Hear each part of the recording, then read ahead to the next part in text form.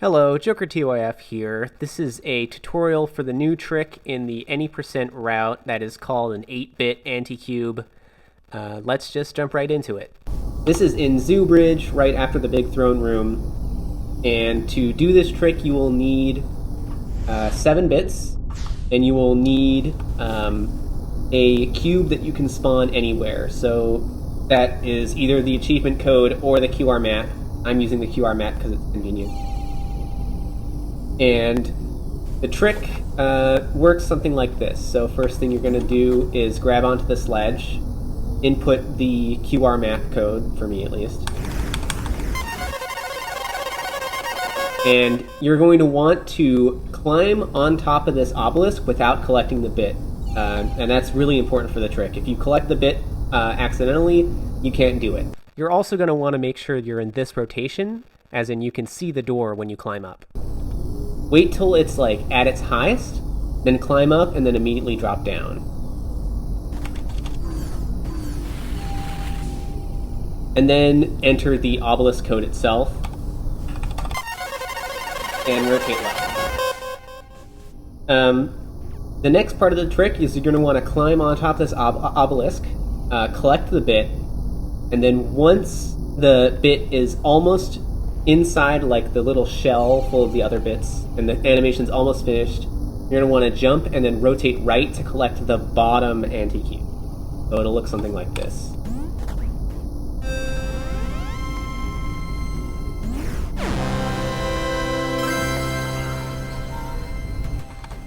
And now you'll notice, if I go in my inventory, that I have 8 bits. And this shouldn't happen in normal gameplay. And if you go out of the room, you will immediately collect that 8-bit cube.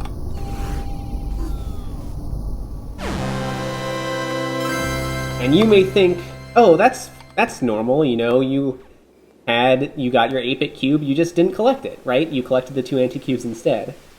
But in fact, you didn't collect 2 anti-cubes, you collected 3 anti-cubes. If you look at my inventory now versus my inventory before, you'll actually see that I collected a whole extra cube. And that is, the purpose of this glitch. It allows us to collect an extra cube by doing some weird black magic stuff. So now I'm going to go into a little bit of explanation on to how this trick works, at least as we understand it right now.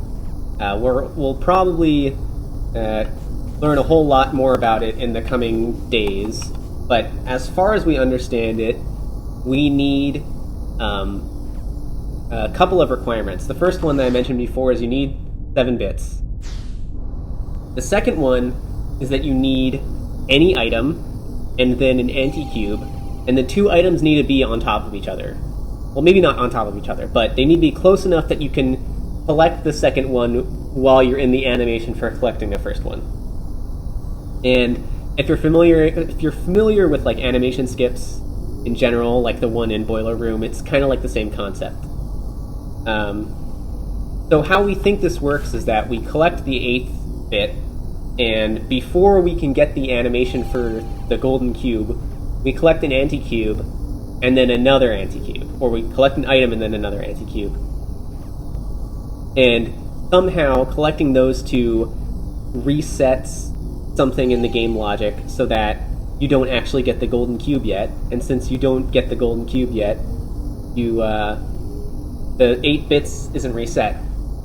But what's weird is that you collect 2 anti-cubes, or you collect 3 anti-cubes instead of 2. So by getting the 8th bit, it gives you an anti-cube. Very weird stuff. There are a couple places you can do this besides here. You can do it in Throne Room. That's also an easy setup there. The task can do it in a few more places just because it can do a lot of frame-perfect inputs and delay the 8-bit cube animation a lot. So far, we know we can do it in the Boiler Room and the infinite fall. And in infinite fall, we actually don't need to spawn the second cube. We just use the anti-cube that's already there from the infinite fall code. So yeah, very exciting stuff. I mean, of course, duplicating a cube means that we get to skip one later in the route, and this save is about like 40 to 50 seconds, I've estimated. So yeah, thanks for watching this tutorial, and I'll see you guys next time.